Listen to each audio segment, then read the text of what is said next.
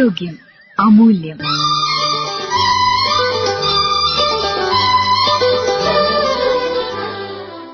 ക്യാൻസറിനുള്ള ഫലപ്രദമായ ചികിത്സാ മാർഗങ്ങൾ. ഇതേക്കുറിച്ച് സംസാരിക്കുന്നത് മലബാർ മെഡിക്കൽ കോളേജിലെ പത്തോളജി വിഭാഗം മേധാവിയും പ്രൊഫസറുമായ ഡോക്ടർ രാജീവൻ കെ. ഒന്ന് സ്വയം പരിശോധന നടത്താൻ പറ്റുന്ന സാഹചര്യങ്ങൾ, വായയിൽ, സ്തനാർബുദത്തിൽ, അതൊക്കെ സ്വയം പരിശോധനയ്ക്ക് വിധേയമാക്കാൻ പറ്റിയ സാഹചര്യങ്ങളാണ്. പിന്നെ നമുക്ക് ഒരു സംശയ സൂചിക ഉണ്ടാകുന്ന അത് സൂക്ഷിക്കുന്ന ഒരു പ്രക്രിയ, അതായത് ഒരു ഇൻഡെക്സ് ഓഫ് സസ്പിഷൻ, മുന്നറിയിപ്പ് സൂചനകൾ ഉണ്ടാവുമല്ലോ. അസാധാരണമായിട്ടുള്ള ബോഡി ക്ഷീണിക്കല്, അല്ലെങ്കിൽ തൊണ്ടയിൽ ശബ്ദത്തിൽ വരുന്ന മാറ്റം, അല്ലെങ്കിൽ വയറ്റിൽ നിന്ന് പോകുന്നതിന്റെ രീതിയിലുള്ള ഇടയ്ക്കിടയ്ക്ക് വരുന്ന മാറ്റങ്ങൾ, അങ്ങനെയുള്ള ചില മുന്നറിയിപ്പ് സൂചനകൾ നിരന്തരം നിരീക്ഷിക്കുക. അവയ്ക്ക് കാലതാമസമില്ലാതെ വൈദ്യസഹായം തേടുക. ശ്വാസനാളം, അന്നനാളം, ആമാശയം, വൻകുടൽ, വൃക്ക, കരൾ, ശ്വാസകോശം, ഇതെല്ലാം ഈ പറഞ്ഞ പ്രകാരമുള്ള മുൻകരുതൽ സൂചനകൾ, മുന്നറിയിപ്പ് സൂചനകൾ നമുക്ക് ഫോളോ ചെയ്യാൻ പറ്റുന്നതാണ്.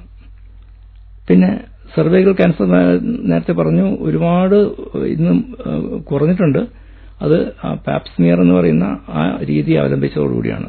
അപ്പോൾ അതിന്നും എല്ലായിടത്തും പ്രചാരത്തിലുണ്ട്. അത് കൂടുതൽ ആൾക്കാർ ഉപയോഗിക്കുന്നത്ര അതിന് നല്ല ഫലവുമുണ്ട്. പിന്നെ പതിവ് ആരോഗ്യ പരിശോധനകൾ, പലതരത്തിലുള്ള ആരോഗ്യ പരിശോധനകൾ ഇന്ന് നാടുനീളെ എല്ലായിടത്തും കിട്ടുന്നതാണ്. അത് രക്തം ഉപയോഗിച്ചിട്ടാകാം, അല്ലെങ്കിൽ ഓരോരോ സാഹചര്യങ്ങൾക്കനുസരിച്ച് മുഴകൾ കാണുന്നുണ്ടെങ്കിൽ ആ മുഴകളിൽ നിന്ന് നീര് കുത്തി പരിശോധിക്കലാകാം.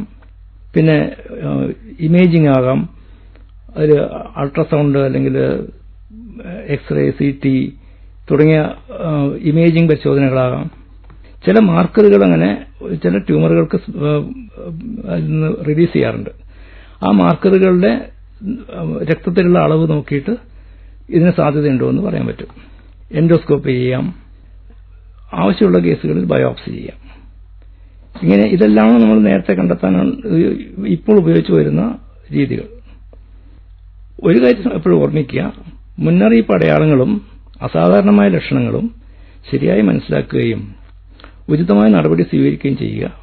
അതായത് കൃത്യസമയത്ത് വൈദ്യസഹായം തേടുക. ഇത് രോഗം നിയന്ത്രിക്കുന്നതിൽ വളരെ മുന്നിലാണ്. ഇനി നമുക്ക് എങ്ങനെ പ്രതിരോധിക്കാം? ഈ പറഞ്ഞ കാര്യങ്ങൾ തന്നെ നമ്മൾ ഒന്നുകൂടെ റിവൈസ് ചെയ്താൽ മതി. അപകട സാധ്യത കുറയ്ക്കുന്നതിനുള്ള ചില പ്രായോഗിക മാർഗങ്ങളിൽ ഒന്ന്, നമ്മൾ ആരോഗ്യകരമായ ഭാരം നിലനിർത്തുക, പുകയില, മദ്യം ഒഴിവാക്കുക. പിന്നെ ശരീരത്തിന് ആവശ്യമായ എക്സസൈസ്, ധാരാളം പഴങ്ങളും പച്ചക്കറികളും കഴിക്കുക. അതുപോലെ ചില ക്യാൻസറുകൾ, ഇപ്പോൾ സർവൈക്കൽ ക്യാൻസർ അല്ലെങ്കിൽ ലിവറിലെ ക്യാൻസർ, അതിനൊക്കെ കാരണക്കാരായ ചില അണുക്കളുണ്ട്. ഒന്ന് ഹ്യൂമൻ പാപ്പിലോമ വൈറസ് എന്ന് പറയുന്നതാണ് സർവൈക്കൽ ക്യാൻസറിന്റെ കാരണക്കാരനാണ്. ഹെപ്പറ്റൈറ്റിസ് B എന്ന വൈറസ് ഒരുപാട് ലിവർ ക്യാൻസർ ഉണ്ടാക്കുന്നുണ്ട്. അപ്പോൾ ഇതിനെതിരെയൊക്കെ വാക്സിനേഷൻ ലഭ്യമാണ്, അത് ഉപയോഗിക്കാൻ പറ്റും.